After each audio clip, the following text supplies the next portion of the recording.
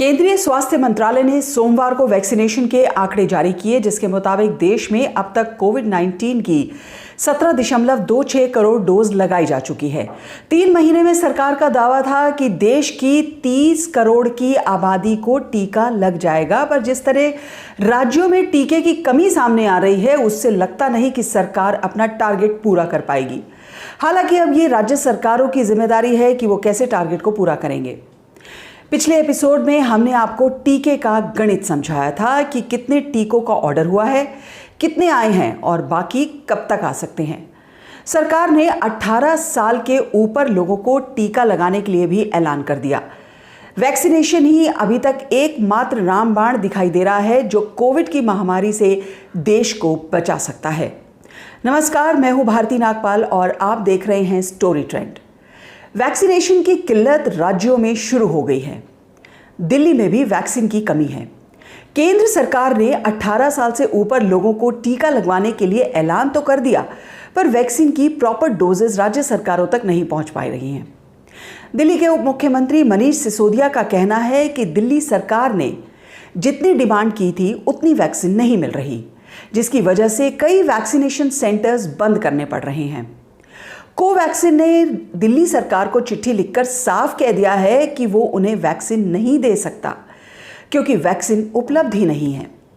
Covaxin ने उनसे कहा कि वे उन्हें इससे ज़्यादा वैक्सीन नहीं दे सकता जितनी सरकारी अधिकारी यानी केंद्र सरकार कह रही है। कोवैक्सीन की चिट्ठी से ये साफ हो गया है कि केंद्र सरकार ही तय करेगी कि किसको कितनी वैक्सीन मिलेगी और कब मिलेगी। उन्होंने इस दौरान ये भी बताया कि कोवैक्सीन उपलब्ध न होने की वजह से उन्हें 17 स्कूलों में करीब 100 सेंटर बंद करने पड़ रहे हैं। पहले बेड्स की कमी, फिर ऑक्सीजन की और वेंटिलेटर्स की कमी और अब वैक्सीन की कमी। उधर महाराष्ट्र में 5.5 लाख लोगों के लिए कोवैक्सीन की दूसरी डोज नहीं है और अब महाराष्ट्र सरकार ने 18 से 44 उम्र के लोगों का कोवैक्सीन रोकने का फैसला किया है। महाराष्ट्र में कोवैक्सीन की कमी के कारण 45 उम्र से ज़्यादा उम्र के तकरीबन 5.5 लाख लोग दूसरी डोजेस के इंतज़ार में हैं, जिसका भुगतान अब 18 से 44 उम्र के लोगों को करना पड़ेगा, क्योंकि महाराष्ट्र सरकार ने राज्य में 18 से 44 उम्र के लोगों के लिए उपलब्ध करीब 3 लाख कोवैक्सीन की डोज अब 45 साल से ऊपर के लोगों के लिए इस्तेमाल करने का फैसला किया है। जब से कोरोना महामारी शुरू हुई है तब से हेल्थ सिस्टम को लेकर राजनीति भी खूब हो रही है और अब वैक्सीन पर भी राजनीति ज़्यादा होगी और लगता है काम कम होगा।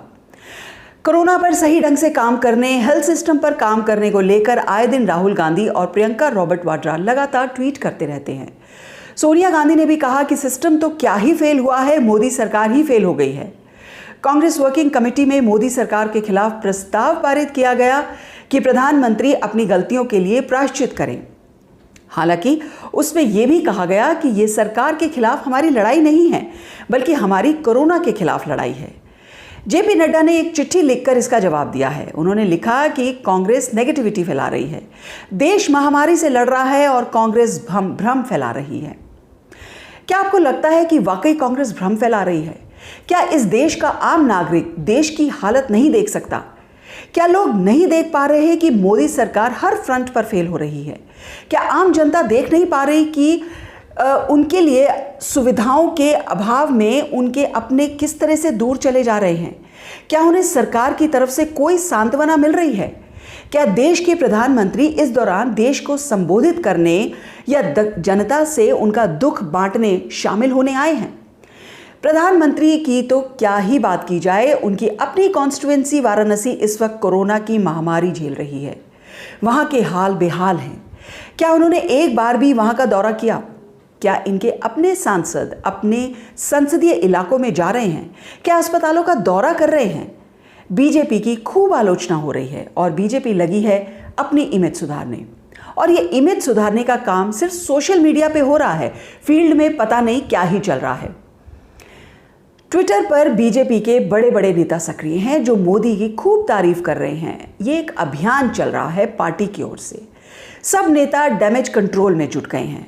डैमेज कंट्रोल इस कदर हो रहा है कि बीजेपी के आईटी सेल ने द गार्जियन नामक एक ब्रिटिश अखबार की तर्ज पर द डेली गार्जियन.com वेबसाइट शुरू कर दी है।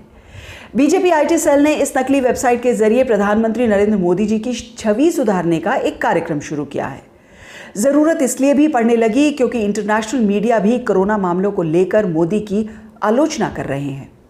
इस नकली वेबसाइट में लिखे लेख लिखे जा रहे हैं और संपादकीय छापे जा रहे हैं, लेकिन अब इस नकली वेबसाइट का भी पर्दाफाश हो गया है।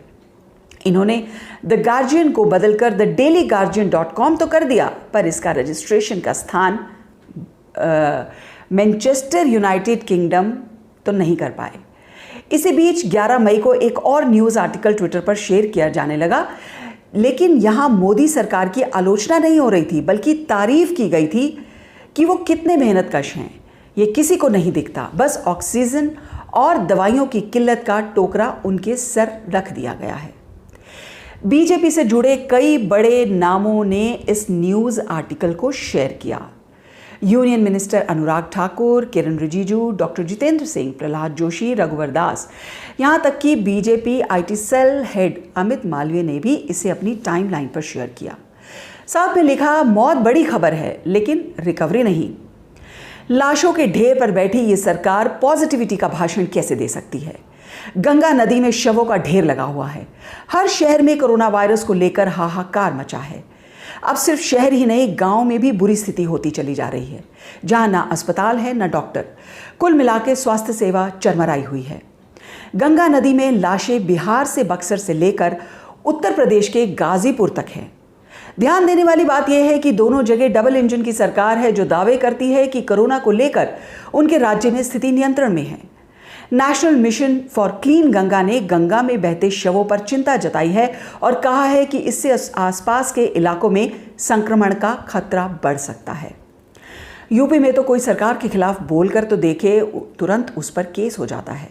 बिहार के मंत्री अभी तक कहीं फील्ड में नजर नहीं आ रहे। जो बिहार के एक नेता पप्पू यादव, जो जनता के बीच सीधे दिखे थे, उन्हें जेल में डाल दिया गया। तो जाते जाते एक बार फिर कहूंगी, हम और आप मिलकर एक दूसरे की मदद करें, क्योंकि सरकार से उम्मीद करना बेकार है। धन्यवाद।